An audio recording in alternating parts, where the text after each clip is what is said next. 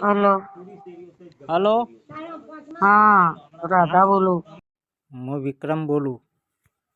હા રાધા બોલું. હા, તે મેં જુનિયર વિક્રમ જ બોલું છું ને. તમે રાધા છો તો હું વિક્રમ છું. હા બોલો.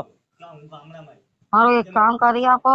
હાલો, હા, એક માણસને લાવો. આજે મહિનો 2 મહિના થઈ ગયા. શું કરવાનું? અરે આ માણસ નહીં આવતો, મને ચોદું બનાવીને જતો રહ્યો આજે. ચાયો માણસ? અમે મેરેજ કર્યા તા. હા, એટલે કોણ હતું સામે વ્યક્તિ? જાતે જવાન રાજપૂતે. હા, પછી શું કર્યું? બન્યું એવું કે જો જોગણી માના સોગન ખાઈને એને મારા જોડે ફૂલ હાર કર્યા, પછી કોર્ટમાં લઈ ગયો. કોર્ટ મેરેજ કર્યા. હા 2 મહિના રહ્યા અમે. હા, અને હમણાં મહિનાથી જતો રહ્યો છે. હવે શું કે સામે?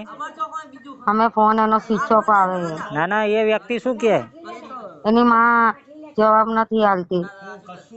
પણ એનું ઘર-બાર તો જ હશે ને સામે? ઘર બાર છે ઉમિયાનગર માં. હું જઈને આવી 5 થી 6 વાર. તો એરા વ્યક્તિ શું કે સામે વાળા? તો એની મમ્મી કે મને જ નહીં ખબર મારો છોકરો ક્યાં ગયો. બન્યું એવું હા, તો કે એની માને કાગળિયા 6 તો કર્યા મહિને. હશે ને? હા કાગળિયા તો કર્યા હશે ને? એમ તો નહીં થયું હોય ને વસ્તુ. હા, કાગળિયા વાગળિયા બધું થઈ ગયું, પણ મેં એ બધે હોકી વાળી એના ઘર બારે. હા, તે હવે શું કરવાનું એનું? તો હવે એનું જીવ વળે એવું નહીં કરી શકતા. ના રે, આપડે થોડા ભુવાજી. તો કોકના જોડે વળાવતા ના ફાવે. એટલે કોક એમાં શું ભુવાજી નો વરાવાનું હોય? તો એનો નંબર બીજો હોય કોક ભુવાજી નો. એમાં તો વરાવાનું ના મેસેજ હોય. કરો. એને દગો દીધો હોય તો માતાને ભરાઈ દેવાનું હોય. માતાની તો સોગન ખાઈ ગયો એ. માતાને વચ્ચે રાખીને એને કર્યા. પણ એને ભલે બધું કર્યું, બોલેલું, ફરી ગયો અને દગો દીધો. પણ આપડે માતાને ભરાવાય ને. તો માતાને ભરાયું. આજે મહિનાથી બોલો એમને એમ ખાધા ને પીધા વગર હેરાન થઈ તો ગઈ. ભાઈ તરત એવું એનો મતલબ એવો ના હોય કે આપડે તરત ભરાઈએ ને તરત માતા લાગે. ટાઈમ લાગે થોડો ઘણો. ટાઈમ તો આજે મહિનાથી હું દોડું રહી આમથી આમ. એના ઘરે 5 થી 6 વાર જઈને આવી. મહિનાનું બન્યું એ એવું વાતું ના હોય. મહિનો કે નહીં, એની 10 વર્ષ થાય, 50 વર્ષ થઈ જાય, વર્ષો વીતી જાય. દેવનું કામ એવું હોય. એવું છે. તરત એવું ના હોય કે આપડે બોલીએ ને માતા તરત એના ઘરે પોકે. હમ. સમય લાગે. દેવ આપડી સમય પરીક્ષા કરે ને સામે. હા ક્યાં માણસ કેટલામાં? સાચી વાત અને છે. તમે કઈ ગુનામાં સામે હોય તો તમને ના છોડે. દેવ ના જાય હમ પછી. તો એને જોગણી ના વચ્ચે ને એને સોગન ખાધી કે હું જિંદગી ભર તને નહીં છોડું. એ તો અત્યારે બધું એવું રહ્યા. બધા દગાબાજી જ હોય. 2 વર્ષથી હું ફરી હરી અને 3 મહિના થી અમે મેરેજ કર્યા. હા. ઘર વાળાથી સાના મેં કાગળિયા લઈ જઈને કોર્ટ મેરેજ કર્યા. તો પસ્તાવાનું જ આવે.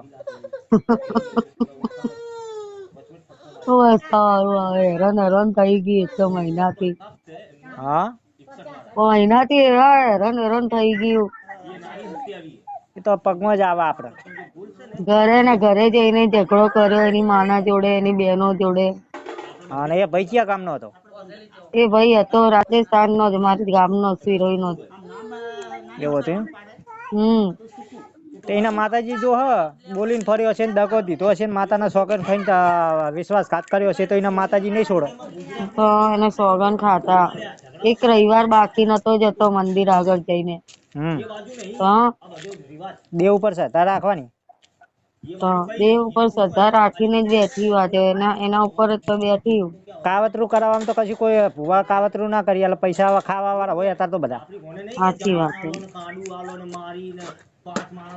આજે મહિનાથી એક હેરાન થઈ ગઈ. ઘરવાળા હક નહીં કરવા દેતા. કોણ? મારે. તે તો એવું જ આવે પગમાં જ આવે. કેમ કે ઘર સુધી પહોંચતો કરી દીધો તો મેં એને. મારે ઘર સુધી લઈને આવી હતી એને. હા. એને ના પાડી તું. મેં કીધું તું મારા ઘરે ના આવી કે ના હું તારા ઘરે જાઉં. તો હાથ કાપીને ઘરે આવ્યા હતા. હા. બન્યું એવું કે મારી માને એમ કીધું કે હવે કે હું આને રાધાને લઈ જવા માંગુ છું. કે કેમ કે શું થયું? ઓનલાઈન પ્રેમમાં તો આવું જ હોય. ઓનલાઈન પ્રેમ રહ્યો ને એમાં તો દગો જ મળે. અત્યારે કોઈ સાચો પ્રેમ ના હોય.